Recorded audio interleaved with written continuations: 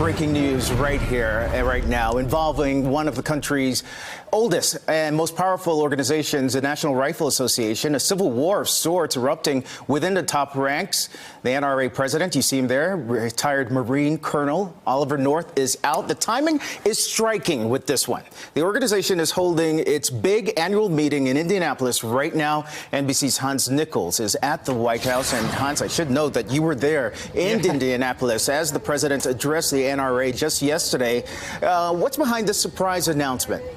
Well, the difference is over spending priorities and budgetary shortfalls. The NRA is under a little financial pressure. You saw that yesterday, raising money off of President Donald Trump's visits, charging tickets for people to hear the president speak. But at the top, this is a political shootout between the two top leaders. Wayne LaPierre, who, of course, is the longtime executive vice president, really the face of the NRA, and retired Lieutenant Colonel Oliver North, who joined about a year ago to be president.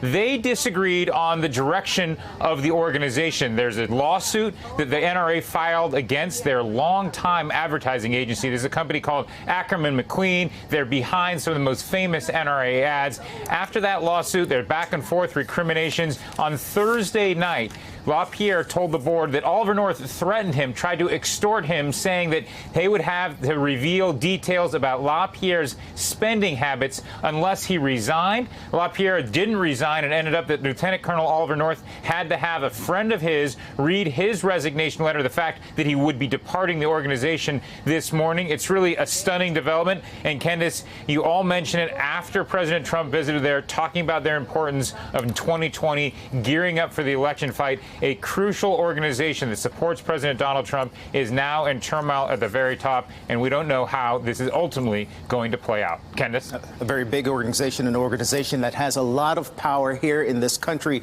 Hans, you were there at the convention yesterday. Did you get a sense that the organization was having some problems, obviously some financial problems, as you noted? So it had been reported about bits and pieces coming out over the last couple of weeks, but when we talked to members about this, members were remarkably in the dark about it. They didn't really have a good sense of the organization's finances. Some of them were concerned about the direction of the organization, whether or not it was just about the Second Amendment or it was about a broader cultural wars. But I think the biggest thing we heard, two threats, really. One, the threat that they felt to their guns and to their Second Amendment rights, but also you kept hearing from people on the floor there the threat of socialism. And it's an indication in what the Democrats represent. Ken, it's really an indication how something that started off in 1871 to teach Northerners how to shoot straight really evolved into a full-fledged political organization that became an appendage almost of the Republican Party. Candace? And there are many Americans who are watching and seeing all of this trouble at the top of the NRA, and they're happy about it in the meantime. Hans Nichols there at the White House for us. Our thanks to you. Hey there, I'm Chris Hayes from MSNBC. Thanks for watching MSNBC on YouTube. If you want to keep up to date with the videos we're putting out, you can click subscribe just below me or click over on this list to see lots of other great videos.